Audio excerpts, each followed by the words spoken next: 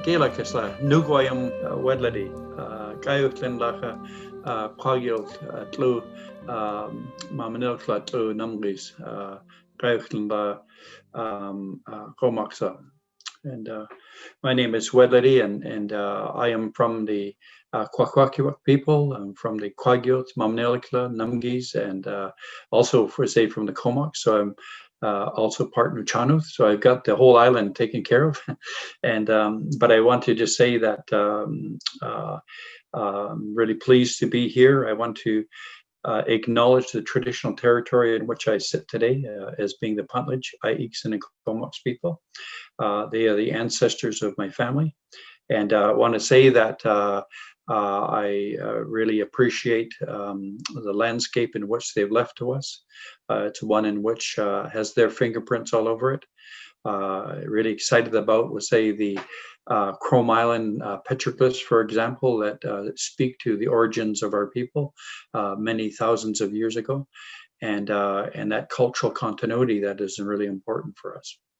So when I think about the topic that we're addressing today around healthy masculinity, I really want to emphasize those symbols where we can draw our strength from, cultural symbols. And it's really important for us to know, say, that when our ancestors came down from above, we came down as thunderbirds, or we came as eagles or ravens, we came as killer whale, we came as, from the king of the sea, Komokwa. And these symbols are important to us because our ancestors took costumes off to become human. They stepped into the human place. And for those who have the crest of the sun, they have an attribute about them that is illuminating, that allows who they are to shine in the world in a really good way. And so when they look at everyone else in their world, they see the sun in them, and they're able to bring that out in people. And that's a beautiful thing. And so with Thunderbird, they have the attribute of strength and courage and insight. And so when we look to our beginning places, that's where we get our strength from. And that's where we get our courage. So as men, as young men, as boys, as male babies, it's incumbent upon us older folk to begin to look at how we mentor them to step into their truth and into their own light. And we model that. And for people who don't understand what it means to be a man or what it means to have healthy masculinity, we just have to look at the sun. We have to look at breath. We have to look at the stars. And those are the masculine symbols in the universe that give us insight. And when we have that insight, we can draw that out and walk in a way that allows us to feel confident about us, who we are. And that's really important. And how that relates, we'll say, to the practices of fasting or the practices of reflection. We have opportunities when we become young men to go into the wilderness and wherever that may be for you in your tribal context, but to go and sit for a while and to reflect on who am I, why am I, and where am I going. And so when we do that, it allows us in that reflection to examine those parts of self that are really important.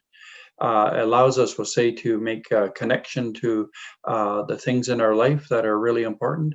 And then it allows us to have some clarity about how we translate that into a doing practice and to make it part of our own living culture. And so if we choose, we'll say, to fast, we choose to make a commitment, we'll say, to the ideals of the Moosehide campaign, to the commitment that we have toward ending violence toward women and children, both as Indigenous and non-Indigenous men. And that's really important. It's important to make that commitment. So when we fast and we go to that place of pause or that place of our own internal wilderness, is to sit there really openly, sit there and not be afraid of meeting yourself in a good way. And then we'll say, being able to, we'll say, to look at those parts of self that you may want to shed. It's like leaves that drop off trees, to be able to do that, to say, this no longer serves me. What serves me is a brotherhood with men who are healthy and who are strong. to be able to move in that way. It's a time that's calling us to be greater than we can be. It's a time that's calling us to find our heart, to walk with our heart. It's a time for us to each, we'll say, as we sit in that pause, to reflect on the kind of circle we want to live. And what I do is I say that please, take that opportunity to reflect. Call in the circle to your mind, to your heart, and to your belly. To know, say, that the circle in its wholeness reflects right thought. In your heart is about right action, right? And if it's in our belly, it's about, we'll say, time to move past those things that have kept us mentally in slavery, right?